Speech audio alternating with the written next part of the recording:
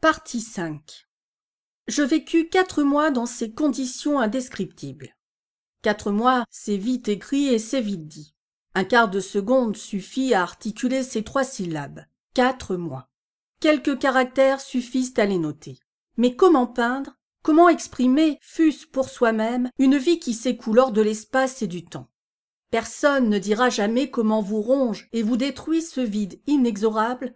De quelle manière agit sur vous la vue de cette perpétuelle table et de ce lit, de cette perpétuelle cuvette et de ce papier au mur, ce silence auquel on vous réduit, l'attitude de ce gardien toujours le même et qui pose la nourriture devant son prisonnier sans lui jeter un regard. Des pensées toujours les mêmes tournent dans le vide autour de ce solitaire jusqu'à ce qu'il devienne fou.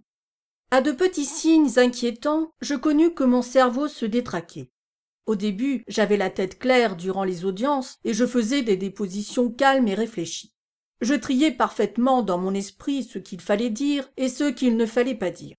Maintenant, je n'articulais plus une phrase toute simple sans bégayer, car tout en la prononçant, je fixais, hypnotisé, la plume du greffier qui courait sur le papier comme si je voulais courir après mes propres paroles. Je sentais que mes forces diminuaient et qu'approchait le moment où, dans l'espoir de me sauver, je dirais tout ce que je savais et peut-être davantage encore, ou pour échapper à l'emprise mortelle de ce néant, je trahirais 12 hommes et leurs secrets, dussé-je n'y gagner qu'un instant de dépit. J'en étais là un certain soir. Le gardien m'apporta justement alors à manger et je lui criai en suffoquant au moment où il s'en allait. « Conduisez-moi à l'interrogatoire. Je dirai tout. Je dirai où sont les papiers, où est l'argent. Je dirai tout, tout. » Par bonheur, il n'entendit pas. Peut-être aussi ne voulut-il pas entendre. J'en étais réduit à cette extrémité quand se produisit un événement inattendu qui devait être mon salut, du moins pour un certain temps. C'était un jour sombre et maussade de la fin de juillet. Je me souviens très bien de ce détail parce que la pluie tambourinait sur les vitres le long du couloir par lequel on m'emmenait à l'interrogatoire. On me fit attendre dans l'antichambre du juge d'instruction.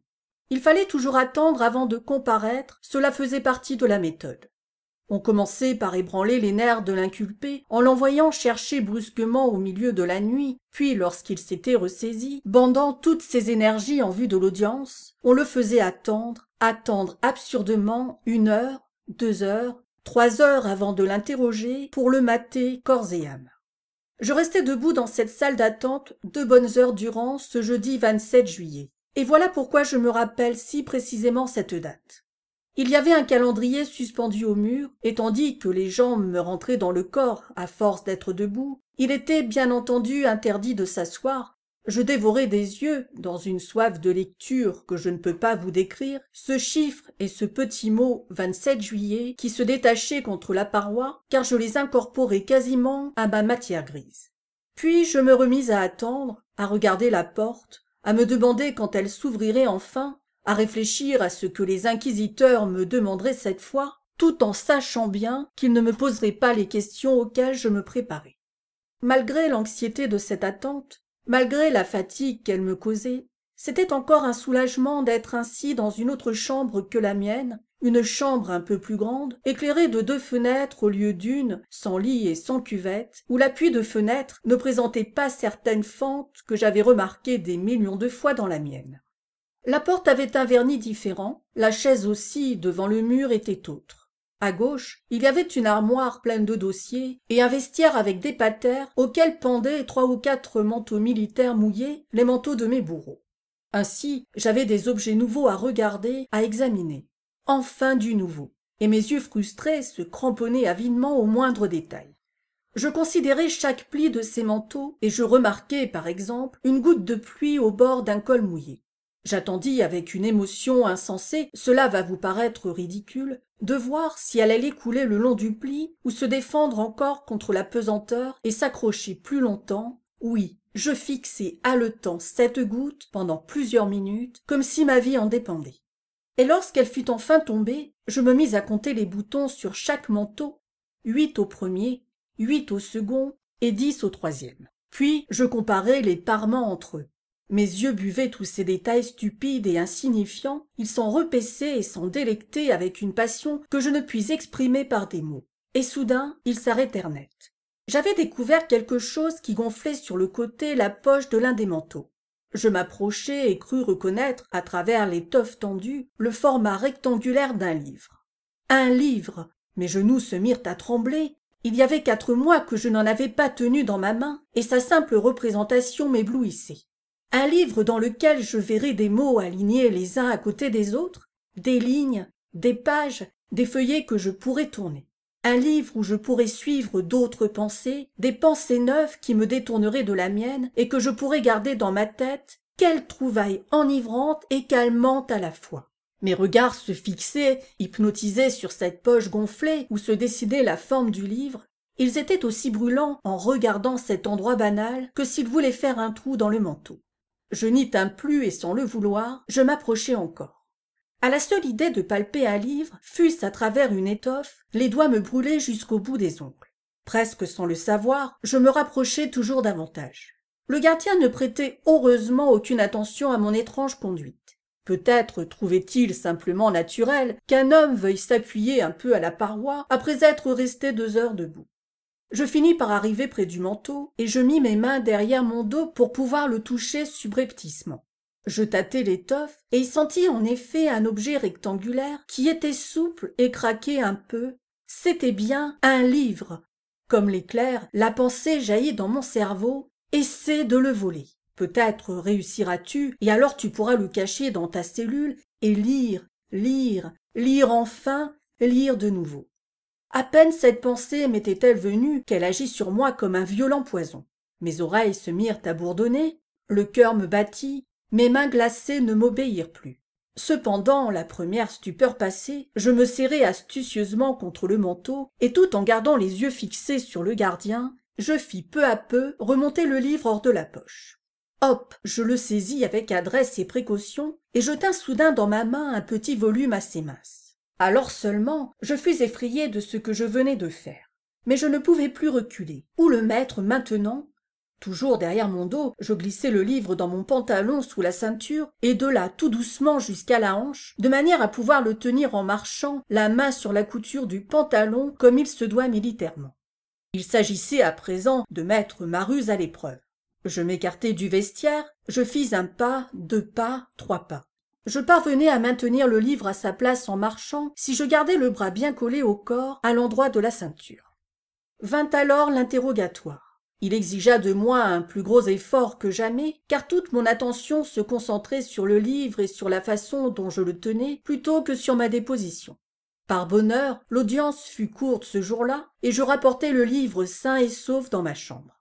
Je vous fais grâce des détails, il glissa bien une fois fort dangereusement à l'intérieur de mon pantalon pendant que je longeais le couloir, et il me fallut simuler un violent accès de toux pour me courber en deux et le repousser discrètement sous ma ceinture. Mais quel instant inoubliable que celui où je me retrouvai dans mon enfer enfin seul et cependant en cette précieuse compagnie. Vous vous imaginez sans doute que j'ai immédiatement tiré le livre de sa cachette pour le contempler et le lire. Je n'en fis rien. Je voulus d'abord savourer toute la joie que me donnait la seule présence de ce livre, et je retardai à dessein le moment de le voir pour le plaisir excitant de rêver en me demandant quelle sorte de livre je voulais que ce fût. Surtout imprimé très serré, avec le plus de texte possible, des feuillets très très fins, afin que j'aie plus longtemps à lire. J'espérais aussi que ce serait une œuvre difficile, qui demanderait un gros effort intellectuel, rien de médiocre, quelque chose qui puisse s'apprendre, qui se puisse apprendre par cœur, de la poésie et de préférence, quel rêve téméraire, Goethe ou Homère. Enfin, je ne contins plus mon désir et ma curiosité. Étendu sur mon lit, de façon que le gardien, s'il entrait tout à coup, ne puisse me surprendre, je tirai en tremblant le livre de sous ma ceinture. Au premier coup d'œil, je fus dépité et amèrement déçu. Ce livre que j'avais escamoté au prix des plus grands dangers, ce livre qui avait éveillé en moi de si brûlants espoirs, n'était qu'un manuel d'échecs, une collection de 150 parties jouées par des maîtres. N'eussé-je pas été enfermé et verrouillé, j'aurais, dans ma colère, jeté le livre par la fenêtre, car au nom du ciel, que pouvais-je tirer de cette absurdité? Au temps où j'étais au lycée, j'avais essayé, comme la plupart de mes camarades, de déplacer des pions sur un échiquier les jours où je m'ennuyais. Mais comment me servir de cet ouvrage théorique? On ne peut jouer aux échecs sans partenaire, encore bien moins sans échiquier et sans pièces. Je feuilletai le volume, avec tout de même quelque chose à lire, un avant-propos des instructions. Mais il ne contenait que les diagrammes tout secs dans des encadrés de parties célèbres, avec au-dessous des signes qui me furent d'abord incompréhensibles, A2, A3, SF1, G3 et ainsi de suite. C'était, me semblait-il, une sorte d'algèbre dont je n'avais pas la clé. Mais peu à peu, je compris que les lettres A, B, C désignaient les lignes longitudinales, les chiffres de 1 à 8 les transversales, et que ces coordonnées permettaient d'établir la position de chaque pièce au cours de la partie. Ces représentations purement graphiques étaient donc une manière de langage. Je pourrais peut-être, me dis-je, fabriquer ici, dans ma cellule, une espèce d'échiquier et essayer ensuite de jouer ces parties. Grâce au ciel, je m'avisai que mon drap de lit était grossièrement quadrillé. Plié avec soin, il finit par faire un damier de 64 cases. Je cachai alors le livre sous le matelas, après en avoir arraché la première page. Puis je prélevai un peu de mie sur ma ration de pain, et j'y modelai des pièces, un roi, une reine, un fou et toutes les autres. Elles étaient bien informes, mais je parvins, non sans peine, à reproduire sur mon drap de lit quadrillé les positions que présentait le manuel. Néanmoins, lorsque je tentai de jouer une partie entière, j'échouai d'abord les premiers jours à cause de mes ridicules pièces en mie de pain que j'embrouillais continuellement parce que je n'avais pu mettre sur les noirs que de la poussière en guise de peinture.